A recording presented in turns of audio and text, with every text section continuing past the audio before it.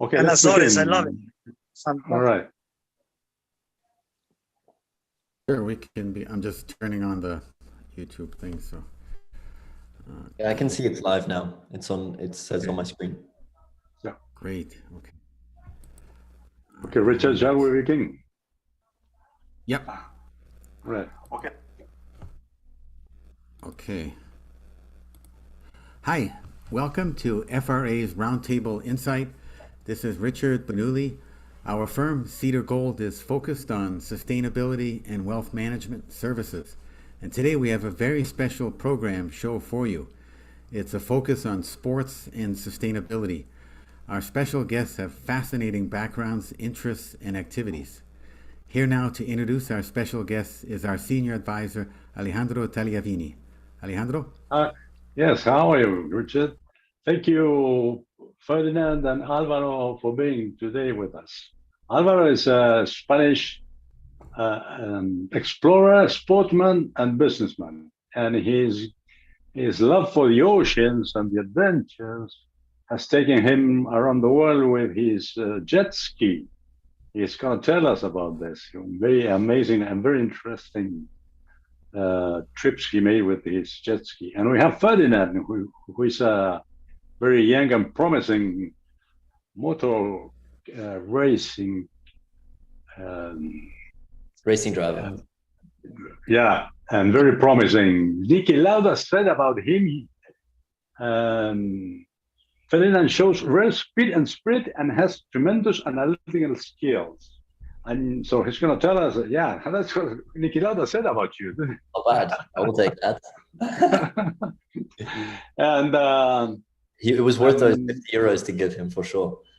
And you're going to tell us also about this green future project, which sounds very interesting. Okay, let us begin with Alvaro, which is he's got not such a bad connection. We'll begin with him before he loses the connection.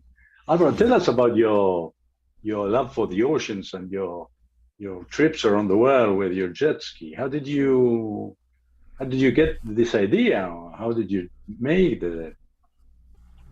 Well, congratulations for organizing this gathering. It's very, very interesting to link sports and sustainability, because with sportsmen we can send a message of taking care of our fragile home, which I call ocean planet.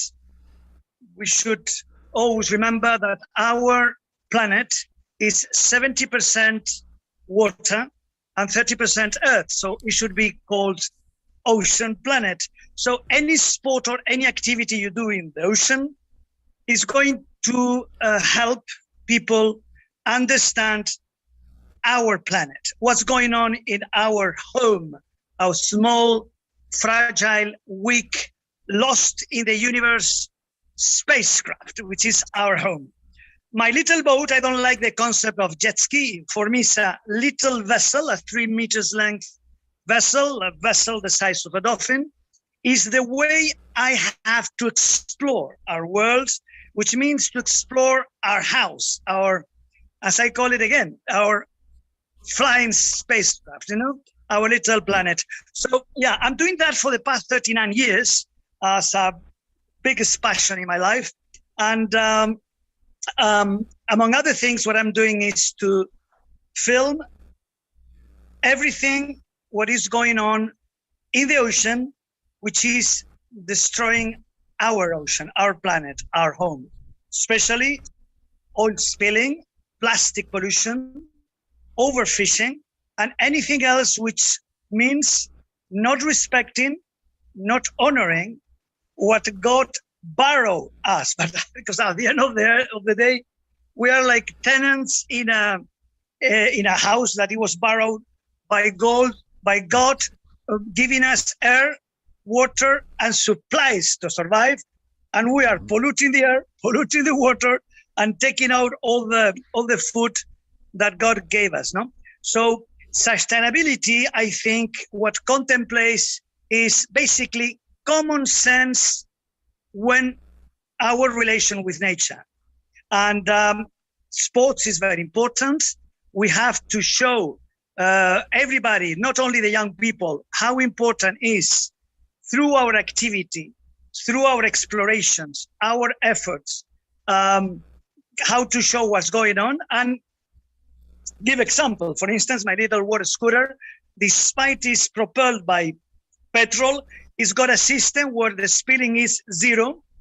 And with the help of God, now in my tour of the world, if I arrive in Saudi Arabia or the Arabian region, I will change the engine for a biodiesel, and then in Venice, it will be changed again for an electrical.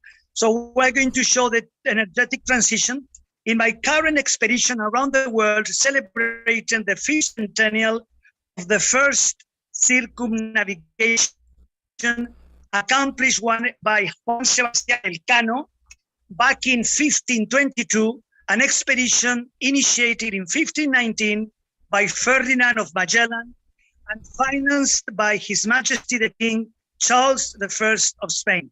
We're talking about the first and the most important expedition empirically demonstrating our globe is rounded. An expedition where 260 sailors departed on board 5 boats, and 3 years later, only 18 survivors made it back to Seville aboard one only boat afloat named Victoria. So that's sustainability also. Sustainability is known in our history and the reasons why our European ancestors, explorers, would risk to know, to understand, and to respect nature, our creator.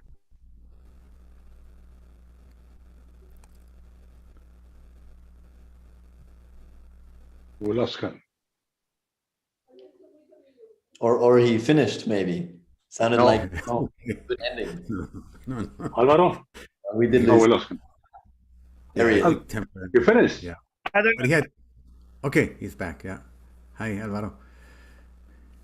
Okay. What about your trips? Tell us about your trips. You are around the world. Can you listen to me? Well, my trips, I started navigating back in 1982. Sorry? I can hardly hear you. Very bad connection. Yeah. Impossible. No, but it's not your fault. It's the whole system. Hello, do you hear me? Yeah. Yes. We do. I didn't hear the question. I'm sorry. Tell us about your trips Around the world, different around locations. the world. The trips are around the world. Well, I started navigating back in 1982, and since then I started back in 1982, and I've been doing like 40 expeditions. The current one is around the world, but the longest one was back in 2002, from Rome, Italy to New York. Always celebrating 5th centennials of important feats, important discoveries of the mainly Spanish explorers. In the case of 2002 was the last trip of Christopher Columbus to the Americas in 1502. That was the reason I made it in 2002. Or in 2006, I went from Hong Kong to Tokyo to celebrate the 5th centennial of San Francis Xavier, first European ever allowed to live in Japan. So he was born in 1506. That's what I did in 2006. So every expedition has a historical side, and we try to promote again, as I said before, the key values that made possible all these expeditions in the past and also today. All right. So you went from Rome to New York on your jet ski. Yeah, I navigated from Rome to New York on my little water scooter, on my little vessel that's the size of a dolphin, a 3 meters length vessel, which was transatlantic. That was my first Atlantic crossing. And the last one was last year when I went all the way from Monaco to Miami on the first lap of my around the world trip, celebrating the 5th centennial of the first circumnavigation. That I had to stop last year in last March in Florida due to this virus joke. Yeah. To call it Listen, where I mean, did you this sleep? virus, terrible thing that we have here somewhere. Well, I sleep on board my little water scooter, drifting. I sleep in islands along the shores when there is a place to stop.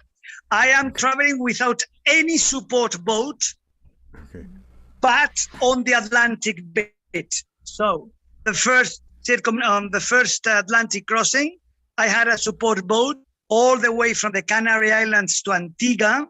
And last year, I had a support boat from the south of Spain, Gibraltar, to Guadeloupe in the Caribbean.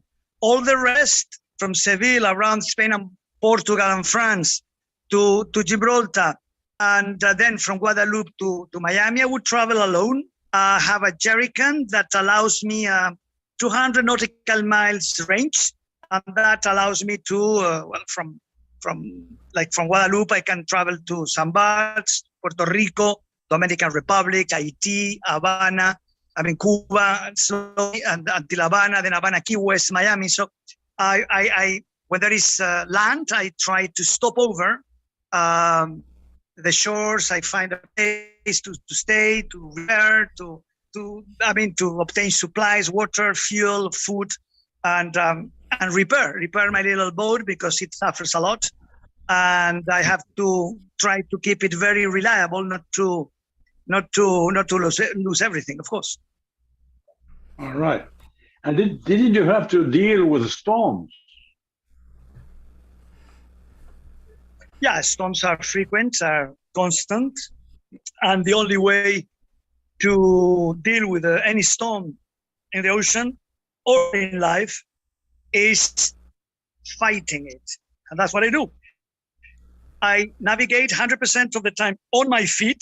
I never sit down, because if I would navigate sitting down, I would break my spine due to the constant strokes to the water, and I will also harm my skin. So 100% of the time I'm on my feet. Normally it's 12 hours a day, every day. And I try to fight. I fall off quite often. And I just fight it. I fight as much as I can, and I try to survive. When you fell off, what did you do? I mean, you are tied to the boat with anything or what? Alvaro? What? When you fell from the boat, are you tied to the boat or what? Sorry, I'm going to take out the video because... Okay. I'm with you, but I'm going to take out the video because otherwise I don't hear you. All right. Sure. Yep.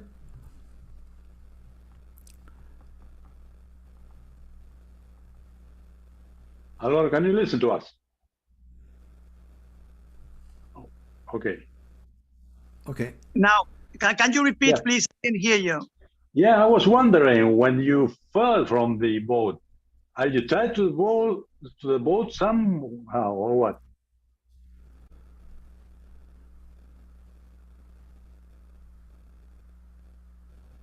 Alvaro?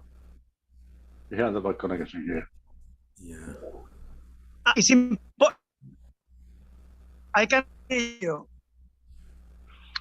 I was wondering, when you No, but get... the Wi-Fi here is perfect. It's the problem. I cannot. Yep.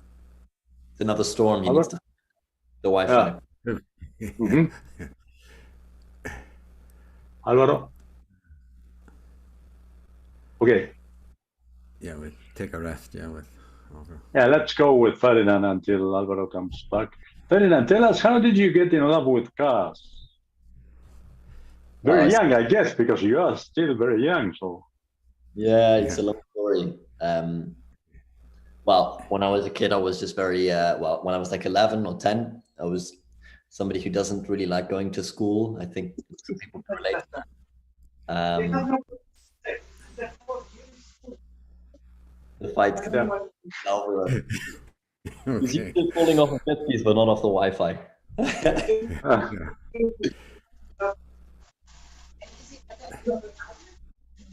Should I continue or should we wait?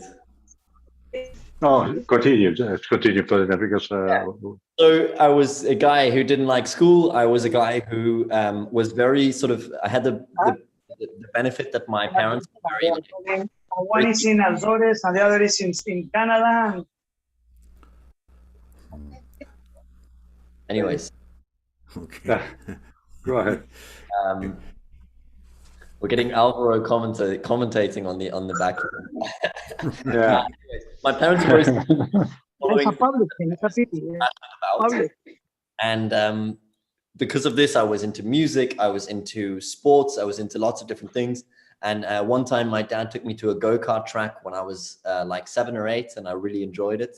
And I asked him to take me back and again and again. And then one day I sort of got to a big track with a friend of mine who had a professional go-kart, like a high-end go-kart, goes like 120 kilometers an hour. And I had a go in it and I was like addicted immediately. It was like my drug. And so when I was in, I started racing properly and I became sort of Austrian champion. I seemed to be getting quite good at it as I was practicing a lot.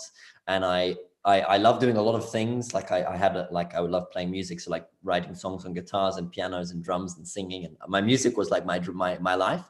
But then karting and racing came along and I seemed to not have enough time to do both and to finish school. And my parents said, listen, we support you, but if you're not finished school, you can forget both of those things. So I had to decide. And when I was 11, I decided, okay, I'm going to leave my music and I'm going to focus on my racing because it just seems to be what's guiding me quite far. And so I was doing my racing when I was 11, became Austrian champion, and I ended up racing in world championships, European championships. And when I was then like 15, a guy in Austria who was starting a car racing team, or had a car racing team for a long time, but starting one for young drivers like me, was like, hey, you're a good driver, you're from Austria, you should come and race for us. And it was what you would call nowadays like Formula 4, which is one of those sort of junior categories of Formula 1. I started But doing those are real cars. Those are real cars. They are not kartings, right? So that was cars for the first time. And they're still very simple cars, fun to drive, but small and not very quick. And you're just getting used to racing cars at 15.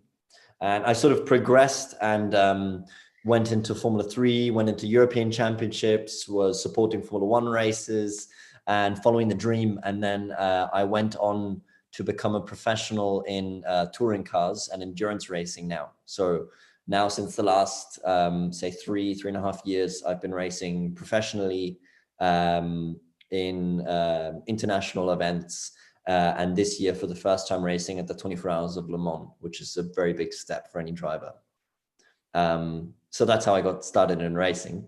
I'm sure you're going to ask me some sustainability questions because motorsport is not very sustainable. Okay. Can you elaborate? You have a green future project that's going, or yeah? So basically, the story of that, if I just can start from like when I was racing professionally, this became my job. I obviously finished with school, and racing is a summer thing. It starts in, let's say, April, March, and then goes until November, December. But you have a lot of free time in between your races because it's not like say a 9-to-5 job. And I was noticing a lot of my tendency to want to do a lot of things come out again because I was searching for new things, and I got it really into surfing. I got into mountain biking. I got into rock climbing. I started rock climbing in Austria, doing a lot of different climbs, sport climbs, indoor climbs, all this kind of stuff. And I noticed it was very much my sort of outdoors side was coming out. And because I was traveling the whole world racing, I got to do a lot of different outdoors activities wherever I went, and it became a priority almost. So wherever I would go, so I was racing in New Zealand. I wanted to do everything in New Zealand that you can because it's outdoors heavy. Yeah. And I noticed that I needed this kind of other side. And at the same time, I became very aware of what Alvaro was talking about, the state that our planet is in, you know, not to forget also my family background. My mother and my sisters are very into ocean science and trying to protect the oceans. My mother has done a lot of research for different whale movement around the planet, has done a study on whale noises and how they are acting and how they are behaving in different parts of the planet. It's very interesting stuff.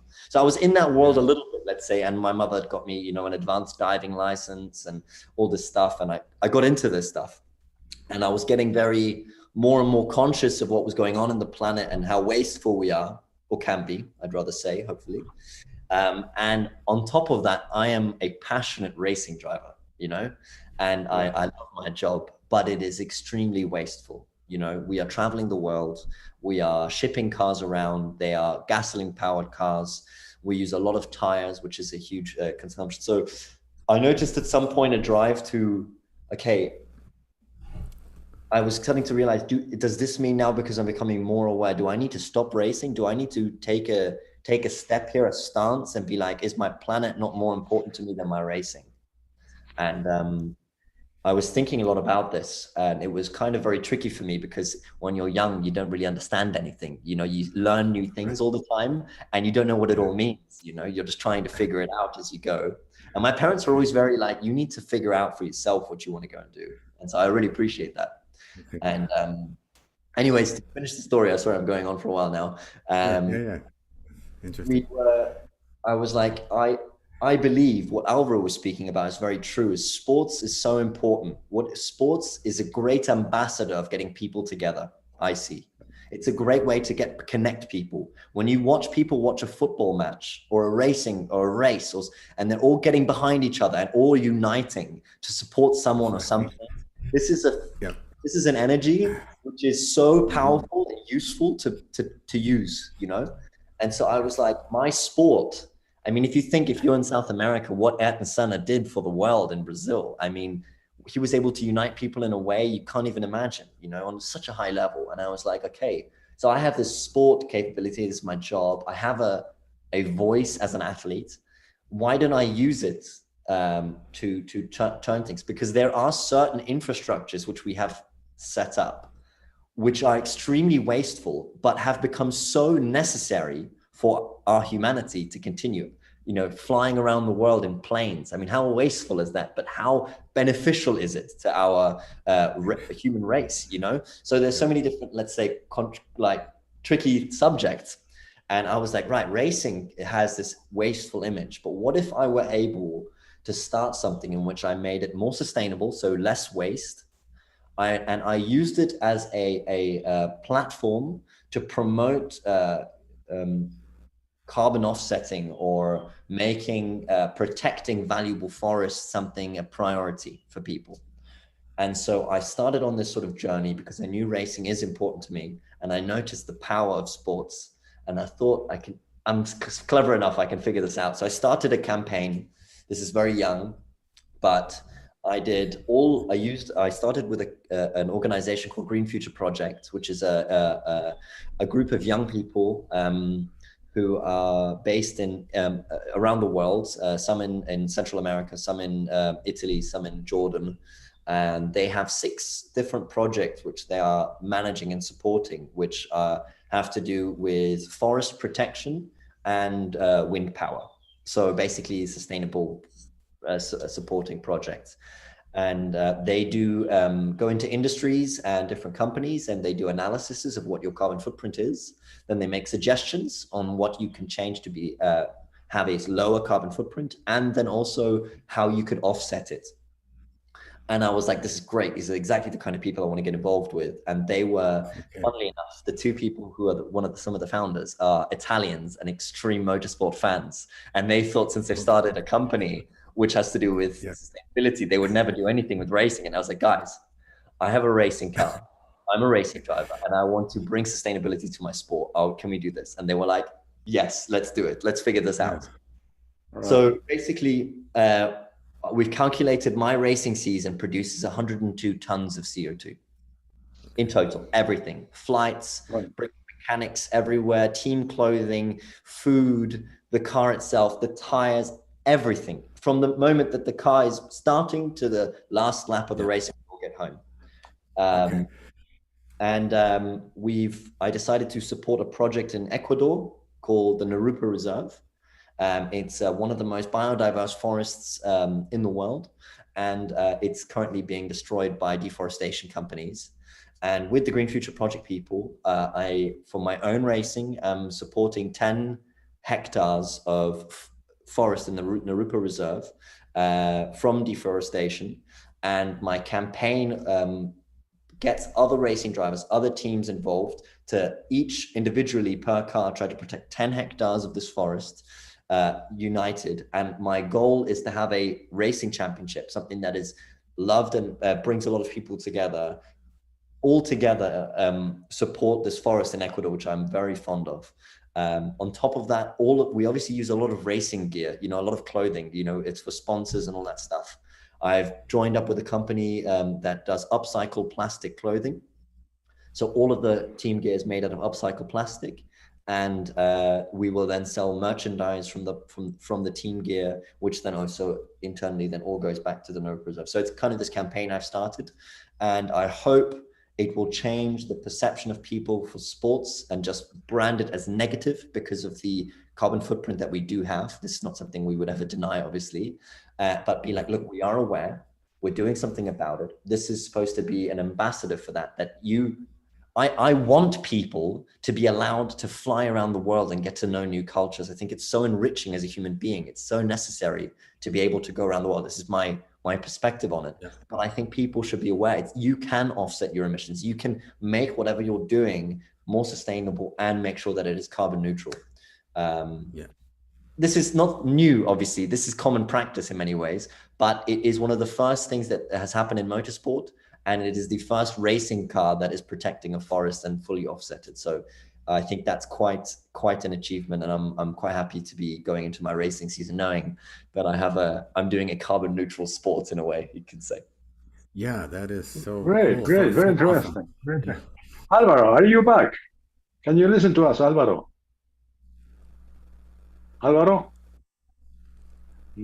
Well, at least he's a good-looking guy, so we have a good image of him. Yes. Alvaro? He's got on mute, so maybe that's the problem. Yeah. Can you hear us? Alvaro, can you hear us? Alvaro? No. Oh, I guess not. Sí, ahora os oigo. Okay. Vale. Sí. Can you hear us, Álvaro? Álvaro? No.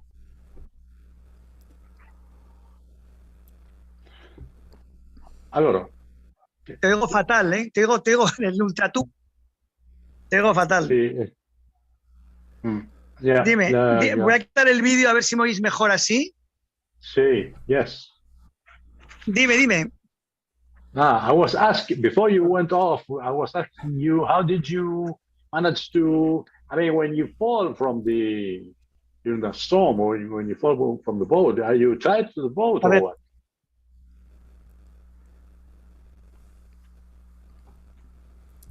Alvaro? Oh. At least more how we could see his good-looking. Yeah. I'm sorry, Alfred didn't join us today. You should play polo, Ferdinand. You would love it.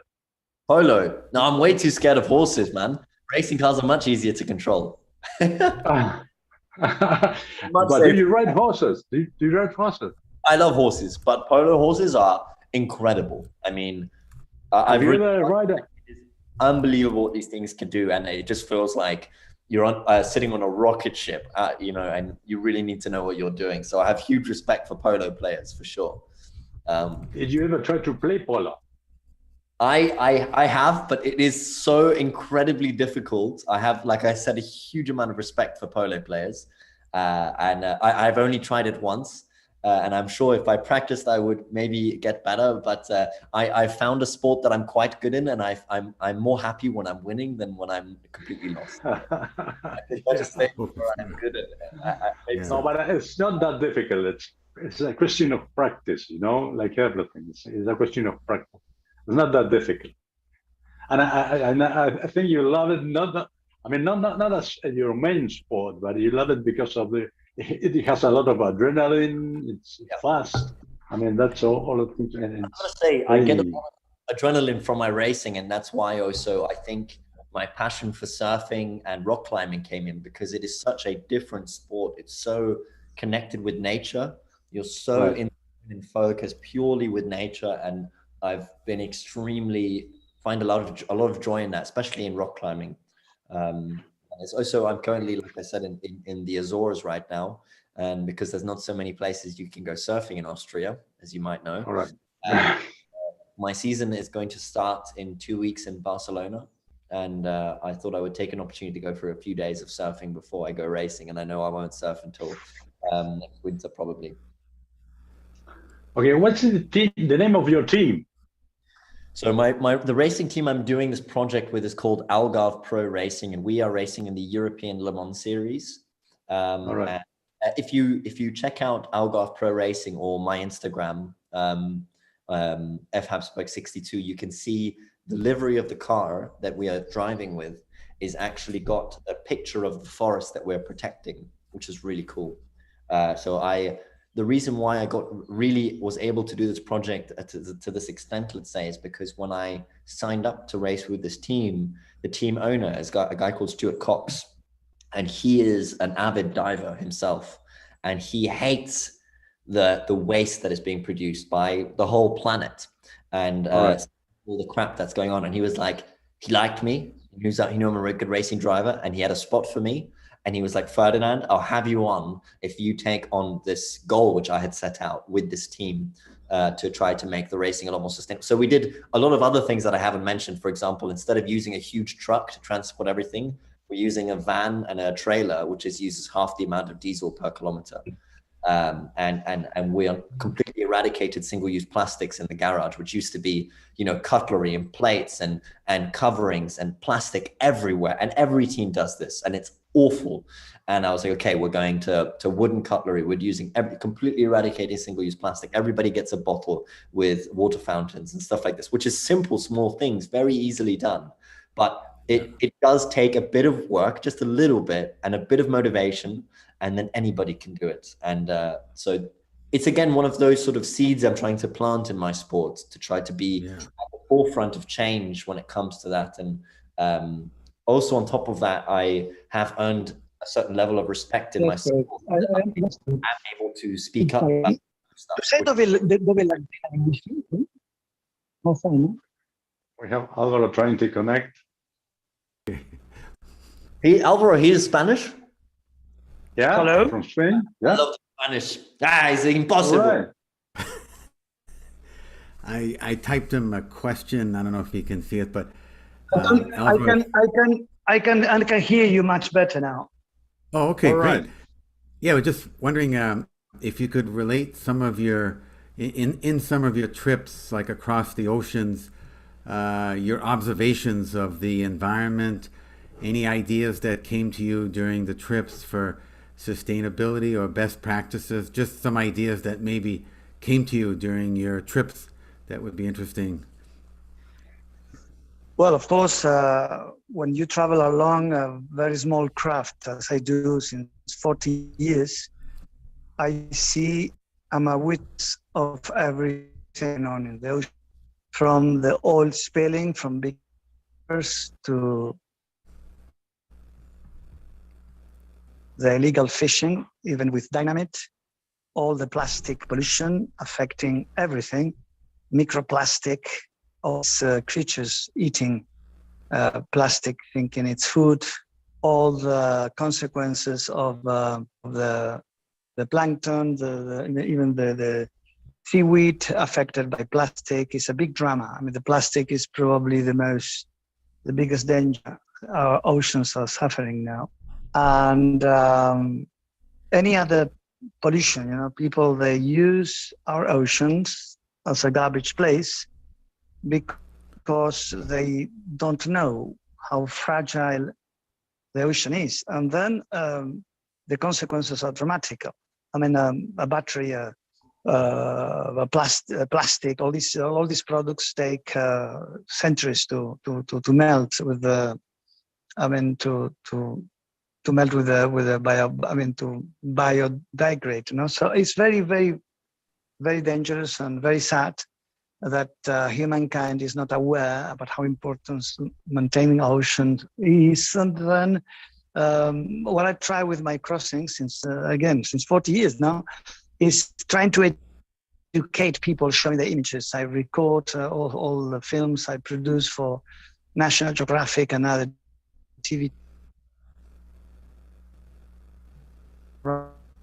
showing what's going on in the ocean and trying to educate. It comes from education. If you're not aware about things, you cannot react. So yeah, for sure, sports helps us. Ferdinand very, very well said. Sports is key to create conscience and awareness about the real problems our oceans are suffering. I take advantage now to congratulate Ferdinand for his accomplishments. And I know her mother, she's done a very important, and she's still doing very important mission to exactly the same. I mean, to get to know better, the reality of the oceans, and get to bring it to the general conscience, the sea, and to be part of the sea. Because we come from the sea. The sea, as I said before, is 70% of our planet, and we should be very, very much responsible to protect it. Yeah. No, thank you so much, Alvaro. That means a lot.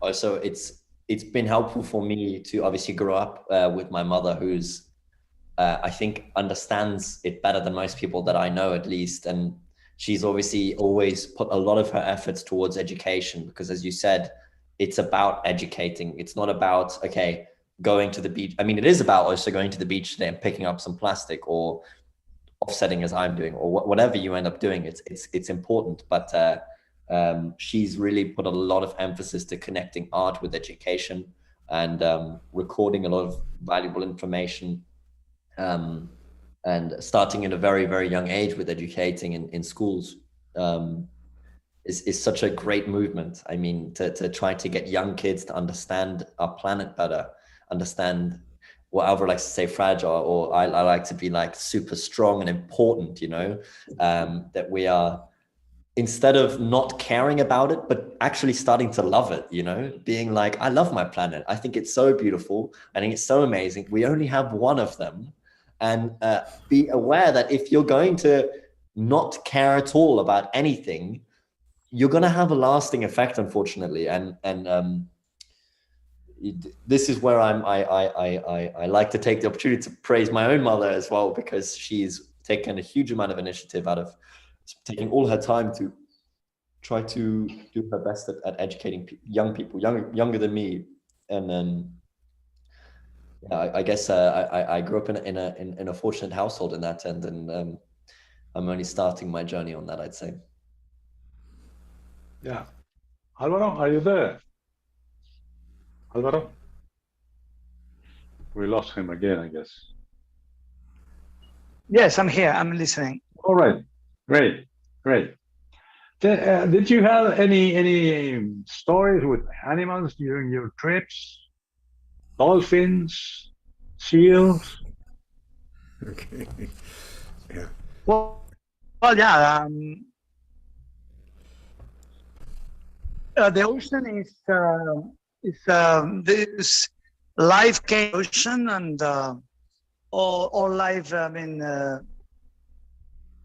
it feels like the ocean. So of course, I had encounters with multiple creatures.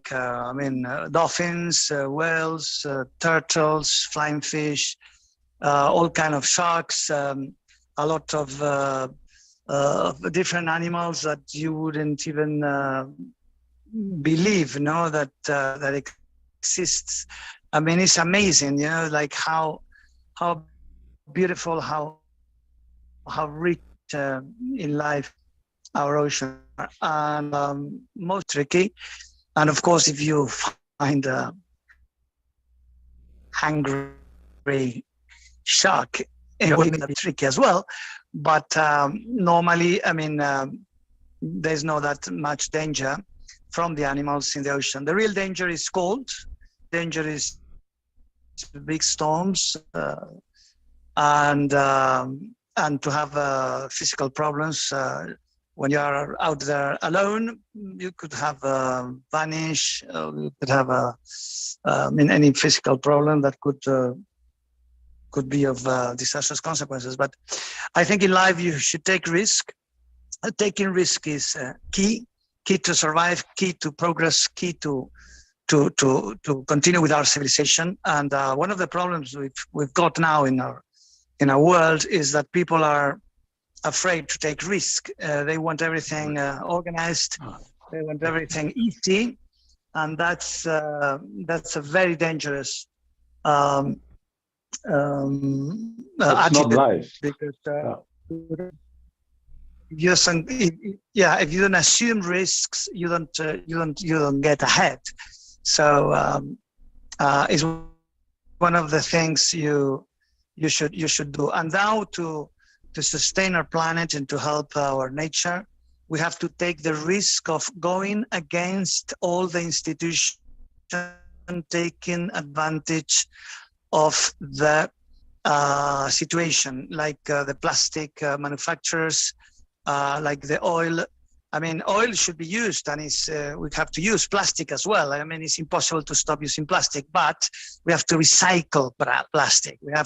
We can throw 1 milligram of plastic in the ocean. We can recycle plastic. We can make gasoline out of plastic. You know, and as I said, you know, education is key. And when you go and you take plastic from the beaches or from the ports or whatever it is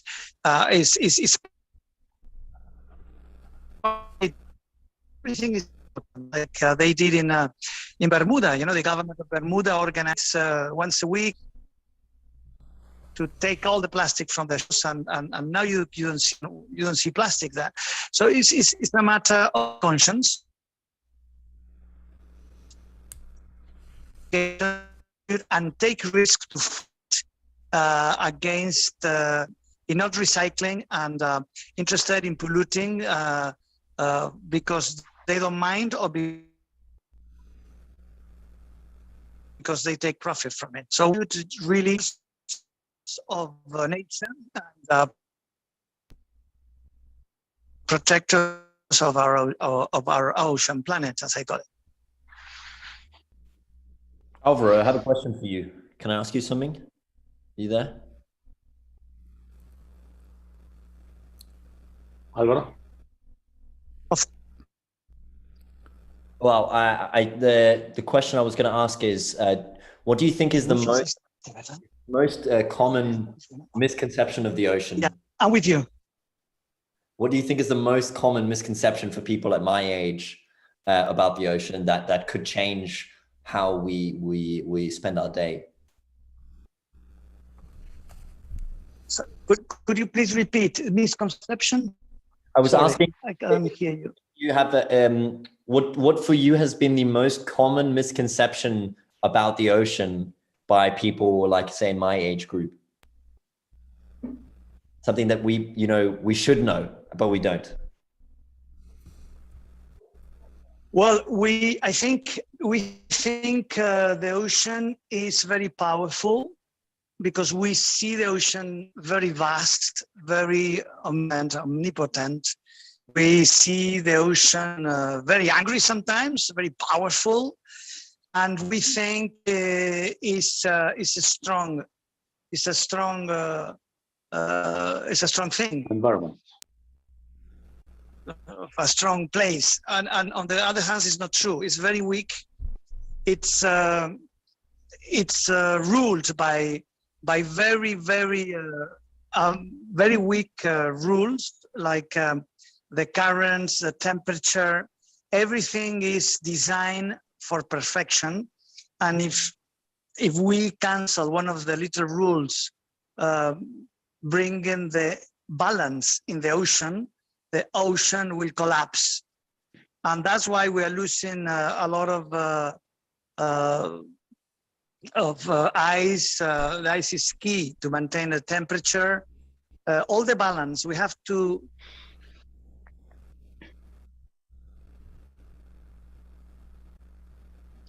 Lost him again. Hello? Okay. Alvaro? Well, I guess, yeah. Deforestation is unseen. Our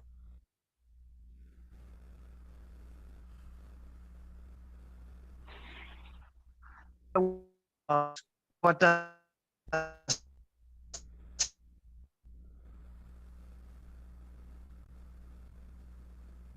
Alvaro? We lost him. Anyway, Ferdinand, when it's going to be your next race? In Barcelona, you told us, or what? First race is in Barcelona in two and a bit weeks. All right. It'll be also the first race with the I never said the name of the campaign. It's Drive Fast, Act Faster. It'll be the Drive Fast, Act Faster branded car, and also, let's say, one of the first carbon neutral cars, or maybe the first even. I'm not too sure. Right. Yeah. So I kind of, one of the things that I wanted to, which I wanted to mention, was that I find that electric racing, the Formula E category, certainly has its place on the planet now. It's like it's a motion to promote electric vehicles, which certainly has its benefits. But I've always been, the thing that's inspired me about motorsport is the effect that you have when you go to a racetrack. It's the feeling and the smell and the sound that you get when you go to a track, where everything that you've ever, that's been troubling you or giving you troubles at home or at work, you forget about it. You get there and your body starts rumbling, and your mind goes, this is incredible. And that's something that through the sustainability idea, I've in one way been trying to protect, because it has this horrible connotation of a wasteful nature, which again, I fully can get behind and I understand. But one of the main reasons why I have been doing it is to try to make it more sustainable with the same feeling, like I'm racing with a 4.2 liter V8 engine. It's a high consuming car, but it doesn't take a lot of fuel if you compare it to a normal car, because we only drive for very short periods of time. The race is 4 hours in total. That's all you do. So what really boggles down actually when it comes to the emissions is actually the transportation, the trucks and the flights and stuff like this. This is what's really bad actually, and taking up about 80% of those CO2 values, which is crazy. So most of my offsetting is actually towards the flights to get to the racetrack, but which I think most people are aware of anyways. But the Drive Fast, Act Faster campaign is about maintaining the beauty of motorsport whilst becoming carbon neutral, reducing our waste, stop using plastic like Alvaro was speaking about. Stop wasting it like we think it's nothing, like it's air. Like when you put it away, it's gone. Your problem is gone. Your problem is not gone.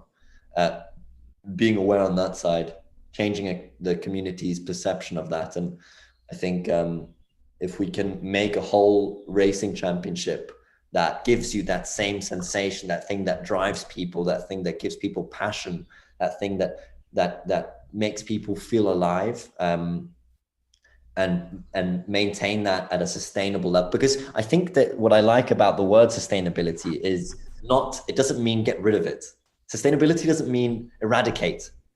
It doesn't mean, like Alvaro was saying, we can't get rid of plastics or people would die in surgery. You need plastics in hospitals, for example. It's a perfect example. We got rid of plastics, people would die all the time in surgery. Lots of different examples. Sustainability doesn't mean deleting things that we have invented to make us feel incredible. Like motorsport makes me feel incredible. It makes people that go to racetracks feel incredible. Doing something which you wouldn't believe possible, maybe. And its sustainability means making it sustainable for our planet, you know, making it level so that we can all do something that drives us, that gives us passion, but make sure that we are protecting what Alvaro was speaking about, the fragile parts which are necessary to protect, like those forests which are getting torn down by deforestation companies to set up what do I know, kind of monocultures, and also protecting the oceans, which is just completely fully construed with plastics everywhere. And that's sort of also one of the learning curves for me is sustainable. You can become sustainable without starting to, you know, start living in a cave again, you know? Right, sure. That's the understanding for me. And for example, I've also changed my diet. Like I stopped eating meat, and I am reducing my fish eating a lot as well. So I only eat meat once a week, and I eat fish about twice a week now, because I'm aware of the awful effect that fishing has on the oceans, which now is anyways super trending thanks to the movie Seaspiracy, obviously. The awful effect that it has through this overproducing of meat. And if you look at my refrigerator back here, it's packed with beautiful. All right. You're becoming a vegetarian or what? I don't like the term vegetarian because it can mean a lot of things. I changed my diet to become healthy for me and also for the planet. Sure. You can do both. And I think eating meat every day is a crazy idea anyways, at least for me. Yep. Definitely as an Austrian, I mean, this was it, you know, you had a Wiener Schnitzel every day. That's just part of the diet. Right? That's what you do. And so this is what you eat. And I'm not so sure this is a great education scheme. I think it's something definitely we could improve on. I'm sure you in Argentina are having enough of your steak yourself as a good a lot of steak, right? Again, it's sustainability. It doesn't mean stop eating meat for the rest of your life, but be sustainable about it. Don't go crazy, man. You know, overproduced, you can get addicted to things you really shouldn't be. Yeah, ironically, you know, cows would not exist if we didn't use them for milk or for eating. I mean, cows are animals so weak that they would have disappeared in the nature if it wasn't because of man breeds them. I'm not surprised at that, honestly. Yeah, no, that's for sure. Yeah. There's so many influences that we've had that are irreversible for sure. And it's got to start moving towards, and I'd like to say that we are moving towards the right direction in new perceivances of the planet, new information out there that's widely accessible. And now it's just about making it attractive, you know, like the information is out there, you know, we know if you really want to know, you can find out pretty much most things that is ruining our planet. Now we need to make it attractive, make it cool, make it exciting, to be sustainable. And I think that's the core reason why I hope that my campaign will gain traction, because I want to make it sexy to be sustainable. I want to make it sexy and cool and fast that you can go off and you can support a clothing brand which doesn't ruin our planet, but actually takes away plastic. So the team clothing that we're using, like I said, is taking away plastics from beaches in Vietnam, and taking it and turning it into clothing. And then I'm going to go and protect forests through the sales of those t-shirts. I think the whole system is beautiful, and it's taken a little bit of extra time, and it's really financially, it's just not been anywhere near where I thought it would be. Completely affordable to an extent where I could not even believe it. Like, I'm going to give out some numbers if there's any interest. To run a racing car in a world championship like I'm racing, it's like 1.8 million euros for a team. Yeah. So you find sponsors, you find all this stuff, right? It's bloody expensive. And to completely offset and double the amount of carbon emissions, which is scientifically proven to be taking with the forest that we're protecting, it's around 3,000 euros. It's like, All right.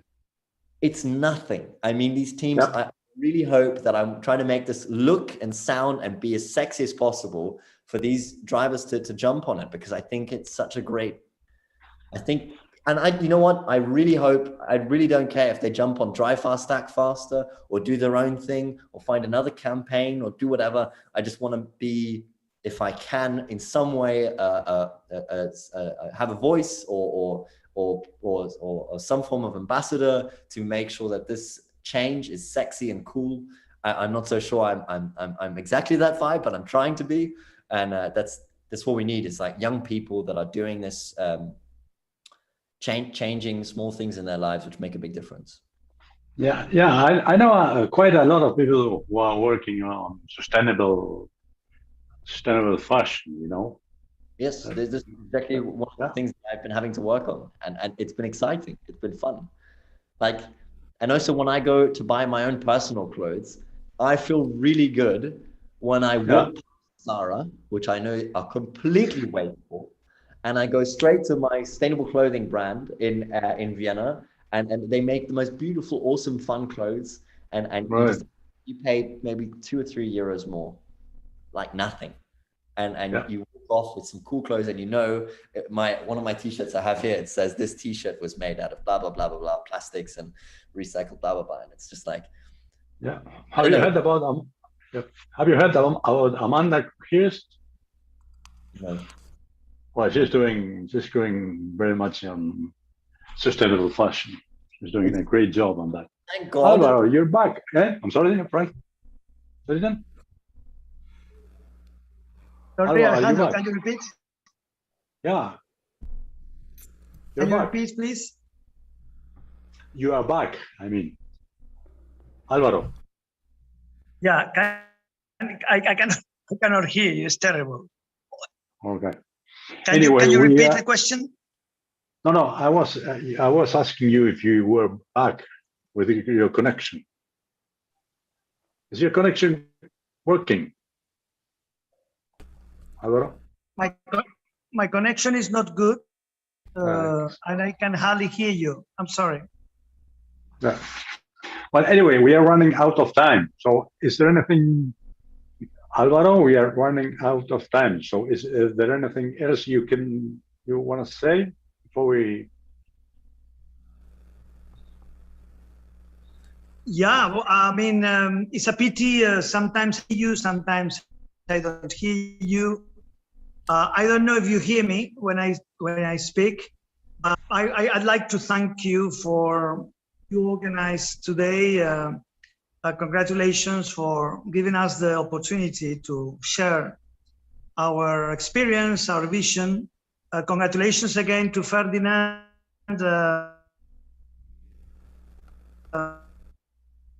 Amazing what you're doing, Ferdinand, and Vice President. Very nice how you transmit your passion, your experience, and I think it's a to educate and to share the experience of people that see things that other people cannot see, and feel also these things deep enough to be able to share these feelings, and that's what is sustainability. As well, Ferdinand said, sustainability is not breaking everything or stopping. Sustainability is being smart enough, as applying common sense and using our technology, our brain, our civilization to progress, but without harming the planet. Like in Japan, in Japan, if you want to buy a car, you need to own a parking place before. That is sustainability. This is a good example. It should be the same, for instance, for fishing. I mean, you have to fish, but if you fish, you have to grant that this fish is going to grow again. How? Stopping overfishing. I mean, respecting the law, because the law, fishing law, is programmed for that. The only problem is that there is no police, there is no army, 90% of 70% of the surface of the earth. So that's the problem, you know, greed. The problem is when money and is the God, and money is not God.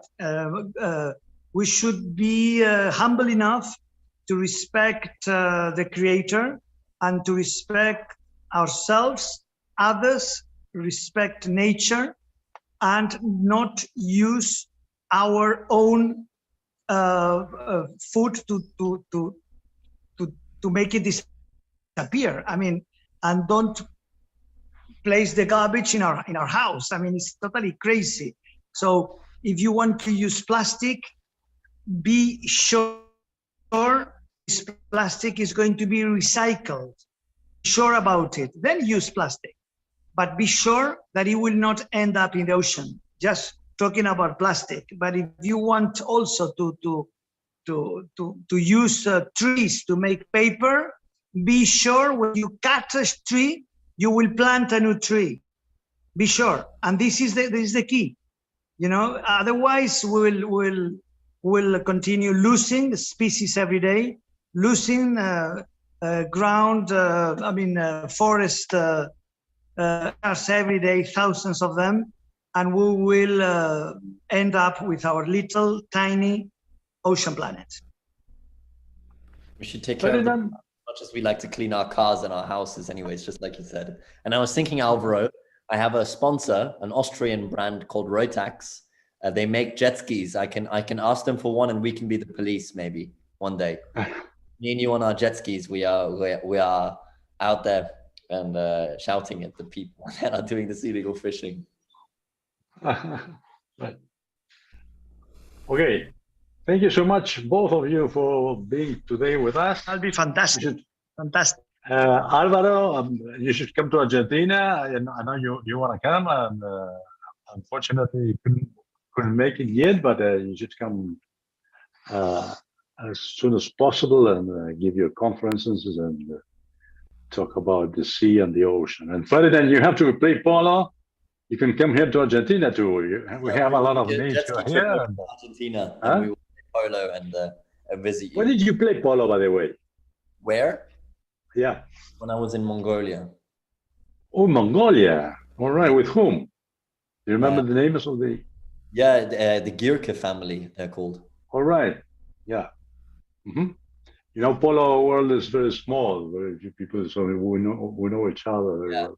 I think that their main business is, well, actually, this is for another conversation. But again, Alejandro, thank you so much. Alvaro, thank you. Such a pleasure to hear your stories, and thank you so much. Thank you. To meet thank you. We keep in touch with our to make it this world more sustainable. Okay. Perfect. Thank you. Thank you both. Bye bye now. Ferdinand and Alvaro. Bye. Thank you. Richard. Bye bye. Thank you. Great. Thanks, everybody. Take care. Thank you. Yeah. Congratulations. Bye bye. Thank you. Bye. Bye.